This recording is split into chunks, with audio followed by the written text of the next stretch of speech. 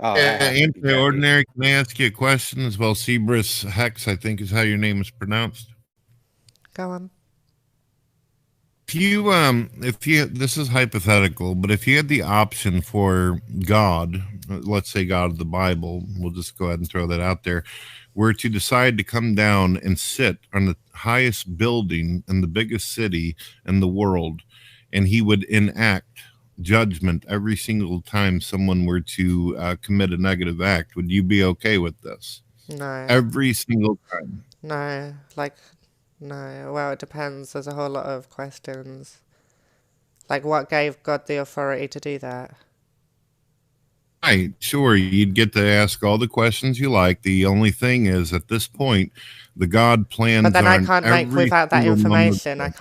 I can't give you that answer without that information first.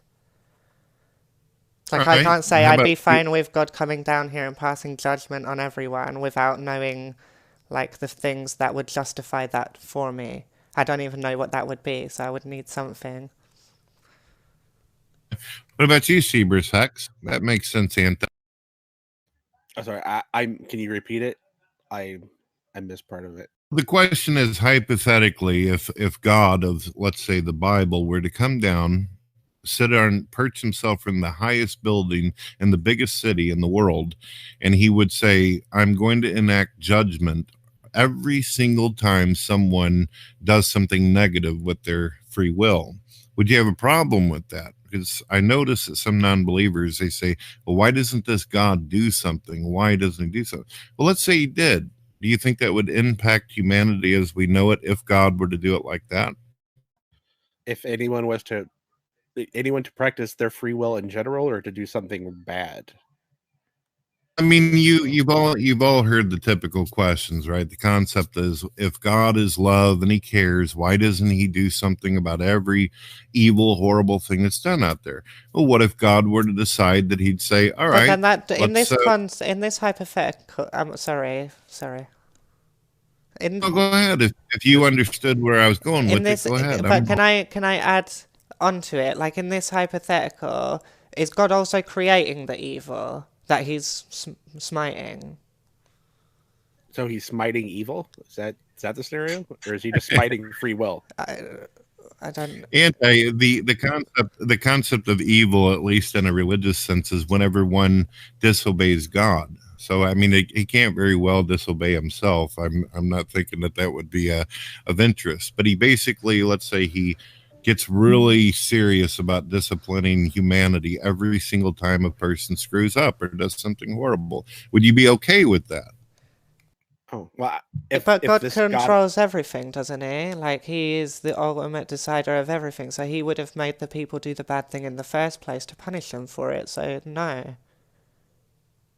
No, I am under the idea that God knows what people will do, but there's a difference between knowing and forcing someone to do things. I don't think God forces you to make the decisions that you do in your life, nor does he do that to me. okay, but Brett, if if this God is the creator of all things and knows all things, uh, it doesn't really matter, because that means he chose, fully knowing what every single thing would be, every single thing that would be done, which means everything that would be done is what he decided he wanted to happen. So like he would have chose to create the person or the event that created the person, knowing that he would punish the person later. He wouldn't. I mean, if he didn't want it, he would have just made it a different way. All right.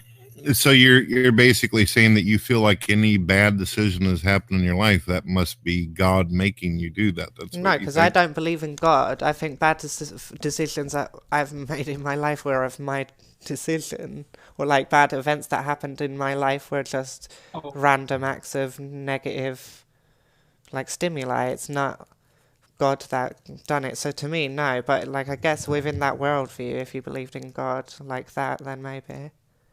Well, Anti, if you're a Christian, you don't have to answer this question or Seabris if it's too personal. But if you knew that something was bad, why did you choose to do it for? I don't get Okay. that. It all well, depends on No, what because this you God normally, defines as bad. it's like there's a lot of different answers to that question. It could be you didn't know it was bad until after the fact. You got new information. You learned what you did was wrong, or the benefit might have outweighed the negative things. So you might have got something much more greater to yourself. So there's a lot of different reasons why you might make or do a bad thing or a bad decision. Okay, So, but given the context, right? That because I'm at least 2 questions behind now, so I'm going to try to catch up. oh, sorry. Go ahead. Given the Christian context in that scenario, I don't think a bad thing would even be possible, right? If bad and good's defined by what God is or what God wants, then everything would be what He wanted, so there wouldn't be a bad thing. I'm also confused, Cerberus Hex. If there is no God that is part of the universe, then who's to say what's good or bad? Wouldn't everybody's opinion just simply be subjective? You can do whatever the hell you want. If you're going to benefit from it positively, why not? Yeah, I but wouldn't even say with there the is or God and isn't a religion, it's God, still but subjective. I would point out that the only way to have an objective morality is for it to exist naturally without a mind, right? God is an entity with a mind of some kind, meaning any morality that comes from a universe with a deity is subjective and it's a matter of opinion. Right? Only a godless universe can have an objective morality like that. Cerberus Hex, if you don't mind me asking you a question, if you knew that you were going to get $10 million from your really, really, really old grandmother, and all you had to do is just give her a little nudge out into a moving highway and all that, what would be the issue? How would it be considered evil or good if there's no objective God or objective reality in the first place? What are you talking about? Well, Anything that comes from God would be basically what subjective. I'm asking is, where is the foundation? If you're going to benefit from something, then why not go ahead and do whatever you want to achieve or accomplish what your goal is? If there's no God, then nobody's telling you it's good or evil. Just do it. Why not? Are we talking about which scenario are we in? Are we talking about the scenario where there is a God, so everything's subjective, Well, or there isn't a God, so everything's I'll give you natural, a an scenario. object? You got some old grandmother, and she's been a pain in the ass your entire life. But you're going to get $1 million inheritance or 10 million just by simply accidentally giving her the elbow and knocking her out in the moving traffic. Why not? It's not evil if there's no God. No one can claim it's evil. Well, no. I mean, the only way to have like a truly objective morality would be a godless universe, right? If there is a God, then it's all up in the air. You I believe don't it's actually know possible which one's the case, but okay. I mean, I wouldn't All right, push my grandmother out in front of a car because if I'm going to get the inheritance, why wouldn't I just wait? Like it seems like a lot of trouble to try to murder. I hear you. Yeah, I hear you. honestly, If I could just interject here, Demi, I've sent you a DM. Oh, and by the way, for anybody listening out there, please don't knock your grandmother into moving traffic. It's just a hypothetical. Don't take it seriously. I don't think anyone would take that seriously, but I mean, I think us being a social species, like our morals and morality come from what does the least amount of harm and the most amount of good.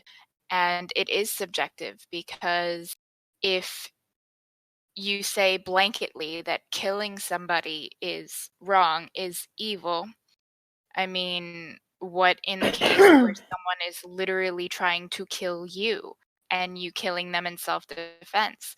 It might not be a good thing to kill somebody, but in that case, you are protecting yourself and or your family as well. So yeah, I don't really see how there really is, an objective moral standard other than just, don't be a dick and try not to cause harm.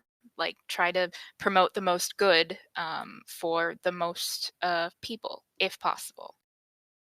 I mean, we've been sitting here the entire time having a conversation about some of the horrific things that religious people have done. We've also talked a little bit about some of the horrific things that atheists have done. Now, you seem like a really nice person. You seem like you got your own code of honor and all that, and that's great. But it seems like a lot of people, no matter what it is they think, if they think they can get away with it, they're going to do it. Yeah, why would God make such a subjective existence? That's a good question. That's one of the things I plan on asking him when I get there. Yeah, you might be disappointed.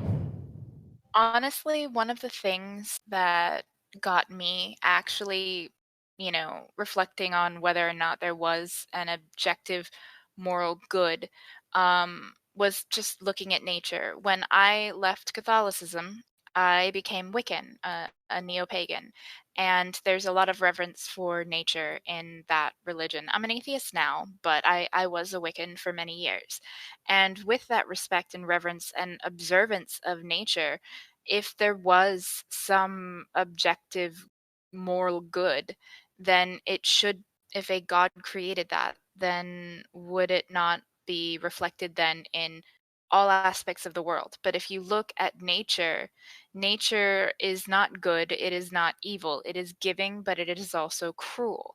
You have, what is good for the fox is not good for the hen, so to speak. And I mean, the fox killing the hen to survive, to, then be able to give birth to the next generation of foxes. It sucks for the hen, but looking at predator and prey dynamics, and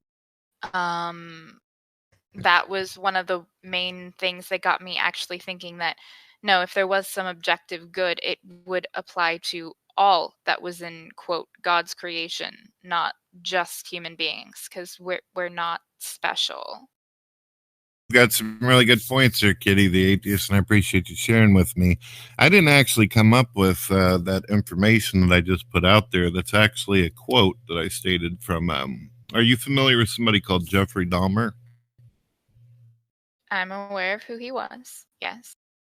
Jeffrey Dahmer, he, at the time of his killing and destruction, his spree of terror, he claimed to be an atheist. And he said, why should I be held responsible or held to any parameters? There's no God. Why can't I do what I want to? Who's to say what is right and wrong? I think it's an interesting question. I mean, it makes him, a bad person, sure. The atrocities he committed make him a terrible person. I don't know that I would, I mean, colloquially, you might say, he was evil, but objectively evil, I'm not so sure, just because I don't think there is an objective good or an objective evil. And I mean, honestly, look at people, as you pointed out earlier, that have committed atrocities in the name of religion.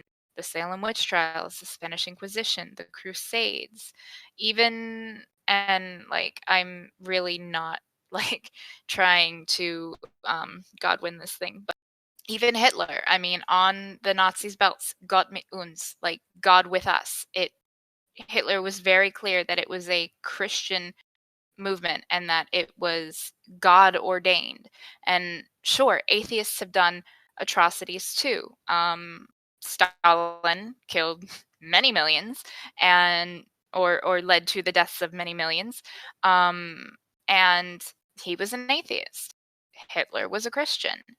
Just because somebody has beliefs in a higher power, a god or not, it does not mean that they won't still be a garbage person and do atrocities.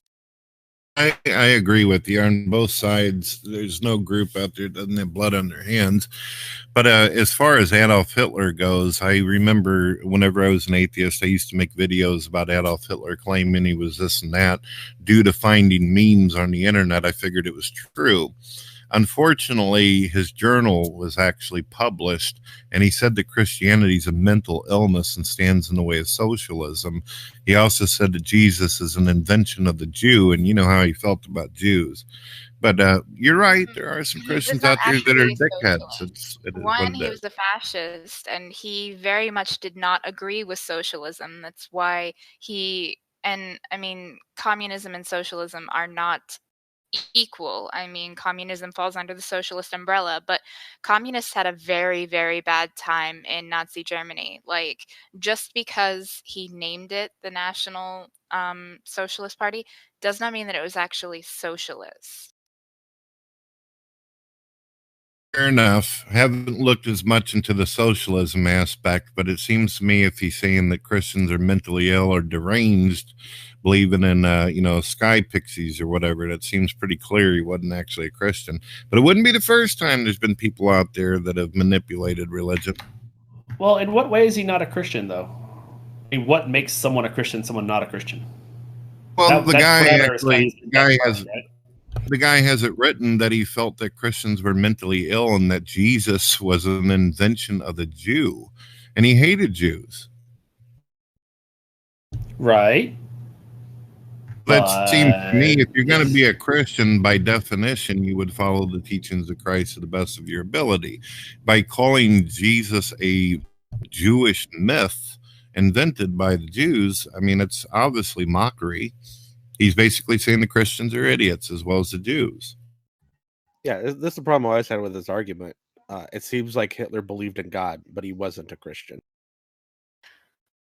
Actually, in Mein Kampf, he and in public speeches prior to the years of his rule, he expressed himself as a Christian, and then during his rule, he said that the Nazi Party would promote positive Christianity, and it did reject some traditional Christian doctrines like the divinity of Jesus and the Jewish elements from the Old Testament, but it was still it was basically a Nazi Christian. So it removed some of the Jewish influences and the divinity of Jesus because Jesus was a Jew. But other than that, they still considered themselves Christian. Yeah, I mean, they took away a lot of the mythos that, like, some of the Jewish mythos from it. But, like, I mean, they always describe Jesus as like an Aryan fighter, and that that their views of Aryans and their origins. There was a lot of mysticism and extra woo-like stuff that was built into Hitler's flavor of Christianity. Yeah, it wouldn't be recognizable as like Christianity by any real sect today, but that was the inspiration. I wanted to go back to Dahmer for a second. Well, I guess I'd say it kind of similar way to I said earlier. Like, well, Dahmer, God rest his soul, is welcome to his opinion. Is his opinion shared by atheists or any secular person? I don't know of many. I might be one of the few. I think, well, yeah. But then again, I wouldn't say if there's no God, then why not this? I say, well, even if there is a God, people still tend to do whatever the hell they want. Apart from maybe like if someone fears hell enough, but what if someone decides they don't particularly care what God does to them? I'm going to do what they want anyway. Well, they're going to do what they want anyway. So we're kind of end up in the same boat. People still end up kind of doing whatever they want. Dahmer did whatever he wants, and I'm guessing by the end he regretted that decision because it ended up putting him in jail. And he was eventually killed by other inmates. So he probably, his probably last thoughts were, "Gee, I kind of wish I had done some other thing." What it turns out, I wanted not to do that stuff because look where I ended up. I should have done something else. A pretty spooky story how Jeffrey Dahmer was taken out. He was taken out by an inmate who called himself the Chosen One. You see what I put up there, Kitty the Atheist? This is from his actual journal. I mean, I have no doubt that Dahmer had some odd beliefs about religion or God. But then again, that he's not the only one. There's plenty of people out there with some odd beliefs about religion and God. I think the more interesting thing is, are gods real? I'd say no. And that's kind of the central question. Like, how people act when they have those beliefs, I think is separate from, is not as important an issue as whether the beliefs are true. I'd love everyone to, once they heard the truth about the world, be good people, but that's not always the case. Some people are going to be like Jeffrey Dahmer. When they find out there's no God, they're going to act like monsters. Okay, well, I mean, that happens. It doesn't really have anything to do with the truth that gods aren't a thing, which is a truth, that gods aren't a thing. So it's like, the fact that Dahmer was a monster doesn't really have anything to do with whether religion has any veracity or not, which I don't believe it does. You, Kitty, the atheist, as well as JD Keane, do you believe that atheism sooner or later is a gateway or directs itself towards nihilism? No, I am myself a moral nihilist, but I don't think that's necessary. I know I am actually the minority when it comes to that. Most atheists are moral realists, so I like I said, I'm in the minority there. Yeah, I would tend to agree that that it does not necessarily mean you will become nihilistic. You both don't believe in objective meaning and purpose, though. If you feel that there's any meaning in your life, you would have to admit that you imagined it up for yourself. I think we make our own meaning. I mean, my goal in this life is to leave the world a slightly better place than it was before I entered it, and to raise my son in the best way possible so that he can go forth and do the same, try to make the world just a little bit better. That's admirable, very commendable. I mean, a lot of people have views similar to that, despite their religious beliefs or lack thereof. Like I said, I too want to leave the world better than I left it, even though I believe that there's ultimately no real point to existence, and there's nothing going to happen after death, and eventually the entire species will go away. So what? I still want to survive. I still want my children to survive and be happy, and that's maybe that's just part of my program. That's the way it is, and I'm going to continue to act that way, even though I think there's no point. In essence, we make our own point.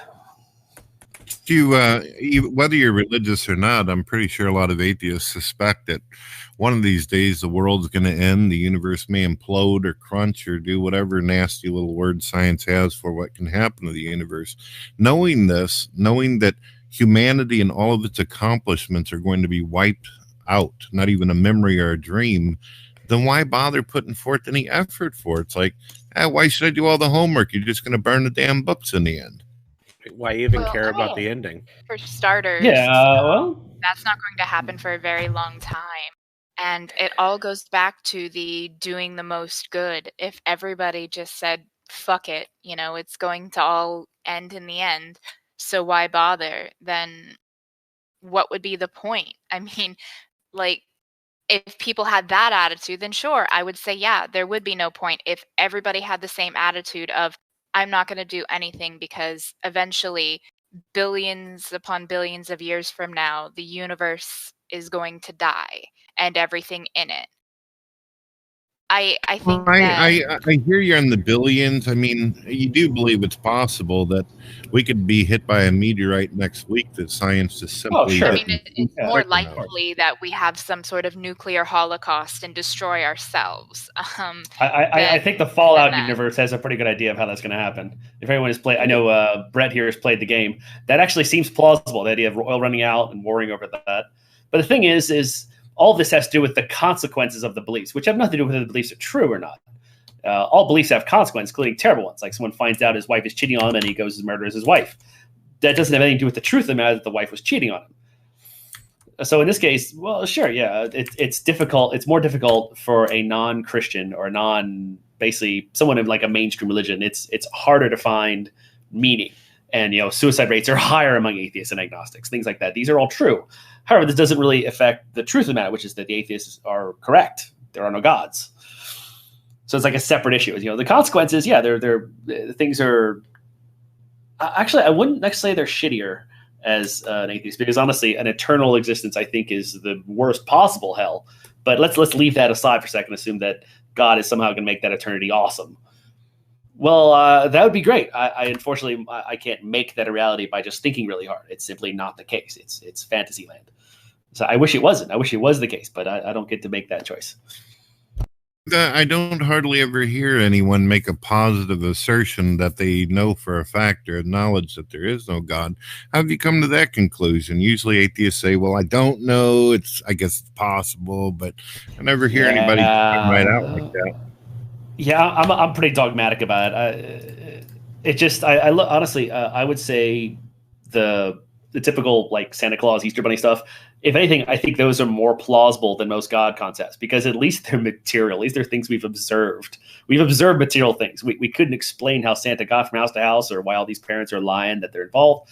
But, that actually requires less assumptions than a deity that's existing forever with all these omni attributes. There's less assumptions in that. So, yeah, the more I have these discussions, the further I'm along, the more dogmatic I get about my actual beliefs about this, which is it's just complete nonsense. I get why people still believe. I mean, there's other reasons besides evidence for believing things. As you point out, there are bad reasons, such as the consequences of the belief. There are people who believe things because they prefer the consequences of that belief over other beliefs, which is a poor reason, but a human reason for believing things. Most people, we have to be taught critical thinking. People don't. You're not born with it, unfortunately. What about you, Kitty, atheist? Do you open up the possibility, or are you just like, yeah, it's all Easter Bunny shit to me? Is that your thoughts? I mean, and honestly, like, I worry about saying this out loud because I don't want Steve McRae to show up. But I use the vernacular of an agnostic atheist. I have no and make no knowledge claim about whether, or not there is a God, but I do live my life as if there is not one. I honestly believe that you can see the evolution of religion going all the way back to early hunter-gatherer man. They used gods and religion to explain the world around them, things that they couldn't understand. They see cause and effect. They see, I stab the deer dies, cause, effect. But things like natural disasters, aging, disease, they saw the effect but didn't understand the cause, so thought it was something bigger than them. So that starts with something more like the Native Americans or Aboriginals of the everything's got a spirit, that eventually evolves into polytheism and then eventually monotheism.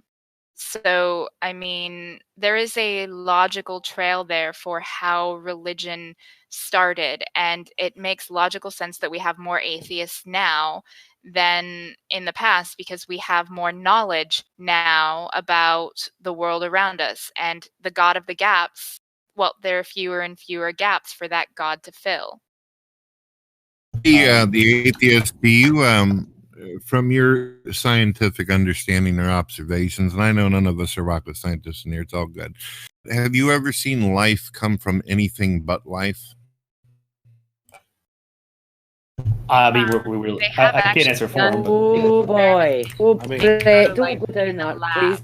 No, let's do it. I totally do, constantly, all the time.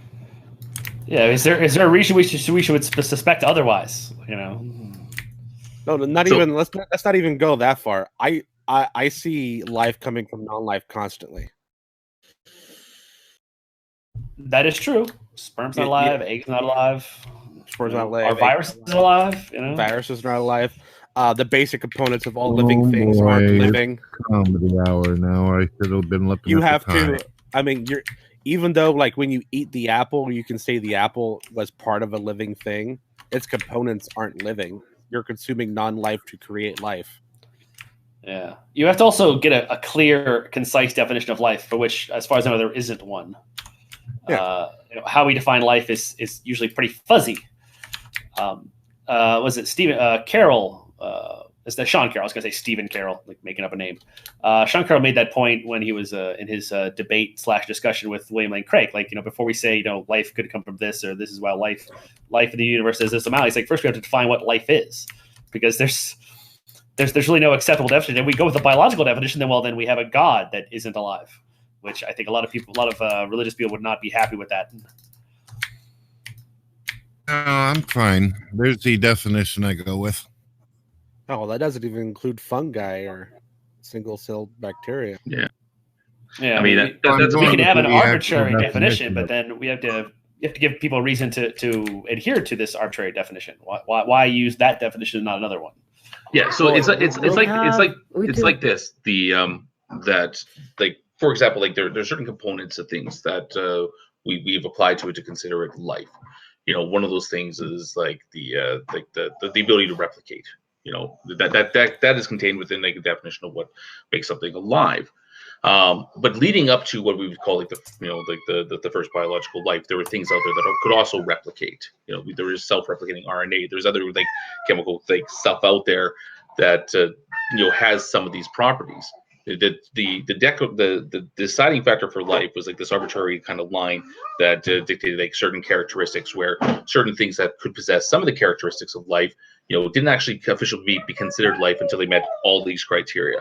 So it's not just like that life or like how life functions, or these things that we designate life just all of a sudden popped out of nowhere at once. It's like all the little factors that go into what it considers something to be alive, or things that were developed from essentially non-living matter up until that point where we gave it that arbitrary designation for, therefore this is now life. Difficult to hear you, sir. It sounds like a party's going on. Yeah, if I could just say that if we look at the biological definition of what life is, there are 7, some say 8 basic life functions. And if you fulfill those functions, then it can be considered life. Ability to move. And that includes plants, they move towards light. Respiration, that is getting energy from food, etc. Sensitivity, that means a response to a stimulus, i.e. able to move towards a food source, able to run away from a sharp stick, or even just move away from it. Growth, and growth is defined in a number of different ways. Excretion, get rid of waste products, usually the use of food, etc. Reproduction, and then nutrition, the actual processes of nutrition, that includes photosynthesis. So it's your 7 basic life functions. When you look at bacteria, so look at the really simple ones, the prokaryotes, they fulfill those functions. But then you can go down a step to the virus, and the viruses manage most of them, but not all, in a sort of roundabout way. And so there is debate about whether a virus is considered to be living, is considered to be a life form. And it depends on who you ask, what answer you get. If you ask a bacteriologist, they will say, nah, viruses aren't alive. And if you ask a virologist, they'll say, well, of course they're alive. They're on the cusp. They are right on the cusp between the non-living and living. Fascinating little creatures. So they're like the undead. Yeah, sort of. Yeah. So if the designation of life, Brett, is, let's say, these 7 or 8 things, do you think that for something, as things develop over time, do you think that life had to pop into the existence immediately with like all these different characteristics? Oh, good. I mean, if you want me to go for broke, as far as I'm concerned, by definition, the universe itself is supernatural. I don't see how that answers. Why? You're gonna have to elaborate on that. That doesn't make a lot of sense. Doesn't really answer the question. Well, how do you define supernatural? I mean, I could throw mine up, but it seems like some people have issue with the dictionary in here. So I'll let you tell me definition. I'll tell you why. Well, I don't have a definition or a dictionary in front of me at the moment, except my computer. But what do you mean by supernatural? Okay, supernatural is beyond or above natural. Yes, beyond the laws of nature, for sure. Yeah, beyond or above natural. Okay, so how many, I guess, non-believers in here believe the universe actually had a beginning? I don't know. Actually, I don't. I believe the universe is eternal in some sense. But I mean, even like that definition that uses like above and beyond the natural. Like, I mean, I don't even know what that means, because like, well, I will explain. Sure, I will explain. If supernatural is beyond the laws of nature, obviously, if the universe had a beginning, this would have meant that there were no laws of nature in place in order for the universe to come into existence. That, by definition, is supernatural. The cause was supernatural for the universe to exist. The universe is simply the consequence of it. So I let's say don't that think. let's say that for example that we lived in some type of idealistic universe inside the mind of Brahma or some other deistic type of god, or even within some Christian sects which believe that everything, that there is actually no matter out there not at all, and everything is just purely just like, you know, this essentially this projection of God's mind that they kind of exists out there. In that case, right there within those viewpoints, that there would actually be nothing that would actually meet the category of natural, because natural laws would not be any actual tangible part of reality. Those would just be, you know, aspects of reality that God is thinking about at that time. So even in that, you know, that's that metric, when you get down to, like, you know, just even questions about the substance of what reality is made of, any type of idealist viewpoint who would be, you know, probably religious or believing in God just like you do, would take a look at your claim and reject it as anything to have any meaning whatsoever.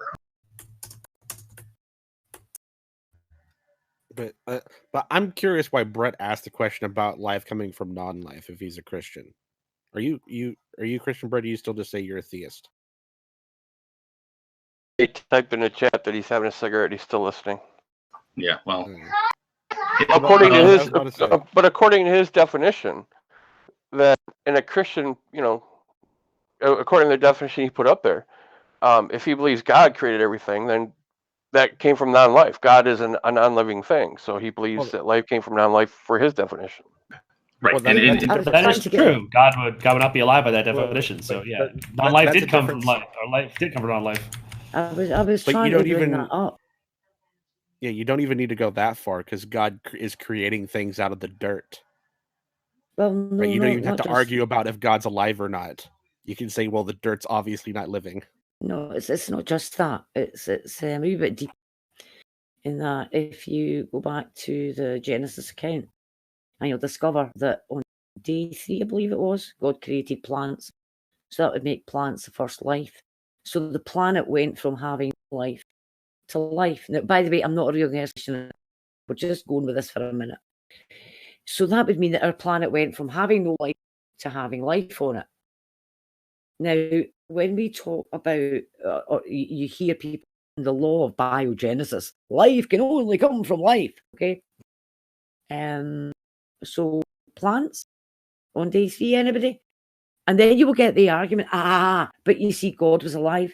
But you're forgetting, you're talking about biogenesis, bio, life, biology. If you want to argue that God is a biological being, I'll hold your coat for you. I'll snigger as well, but I'll hold your coat for you. And it's there's conflation of these terms here, and that tries to sow confusion. And forgetting what the actual argument is.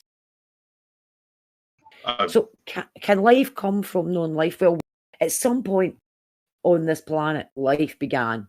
Doesn't matter how you slice it. At some point, life began. And it was the plants, courtesy of God on day 3, or it's some mechanism we don't know of yet, which comes under the umbrella term abiogenesis. If you don't believe that life had some sort of beginning, then either you think life was eternal or you think there's no life on. So you have those.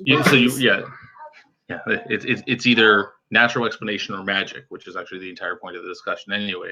This is like what we're trying to point to is like which one of those two things would have any type of like more explanatory virtue when it comes to trying to explain anything. I mean, at least you can. It would be rather than just the poofing out of existence, snapping your fingers, that'd be whatever. Then I would say that, probably the best explanation would, be just some type of natural explanation. And if not that, at least, that explanation of like abiogenesis through some type of guiding of God. But that would be indistinguishable from the natural explanation. But those would be the best two options to put forward. But it's just pure magic, then this doesn't work. I'm wondering if I could throw it back actually just to like something that Kitty had said earlier. That and while I agree that like this conversation is an interesting one. or sorry, the atheist agnostic thing's not really an interesting thing for a lot of people. I just wanted to just present one thing on that, which was like with the term like agnostic atheist. The idea is like, well, I don't know if a God exists, but I believe, that he probably doesn't. It's interesting. Like it's an interesting designation because like when we start bringing in like any type of epistemic like qualifiers to that statement, it really makes you wonder. You have to start asking the question what it means to know anything, and that there's a lot of different theories of knowledge and how we can get there. But I think one of the things that people will confuse within that statement, or at least what they'll assert with that statement, is that by knowledge, by saying I don't know if this is a case, I don't know if X is the case, that they are not really talking about any kind of like conventional theory of knowledge as put forward in epistemology, but rather asserting a degree of certainty when it comes to a proposition. So it's just like, well, I can't be to say that I don't know of X. When people say that, it seems like what they're really saying is that, well, because I can't be certain of X. But most of the frameworks that are put forward through the theory of knowledge don't actually use certainty as a metric to measure any type of knowledge. It's not required for it. You don't have to be certain of something to know it. That's what a lot of people that study, actual theories of knowledge would say. But yet in the colloquial use of the word, we use, we'll say knowledge in place of expressing degrees of certainty in a proposition. But one of the things that you'll realize or that you discover when you kind of look into different theories of knowledge is that certainty, one of the reasons why we omitted that from the requirement for knowledge is that it almost becomes impossible to have certainty on anything. You can never get to that position of absolute certitude, because there's going to be a lot of different things that we might have to assume along the way. Even as far as our senses or memory go, will be based on some type of assumptions we have. So any type of thing that we are going to derive from those are also going to be absent to that level of certitude, which means that if you are dealing with something like a situation like this where certitude is almost impossible, but certitude becomes an ingredient for how one has to make a claim on anything, then the use of agnostic to describe any position you have almost becomes redundant, because it has to just be assumed at the forefront that you're agnostic everything when it comes to just about any claim out there. Yeah, I think it's one of the difficulties that we run into on a talk like this about you never get life from non-life, is that we don't have answers. We don't. And I think some people aren't comfortable with this, and we don't.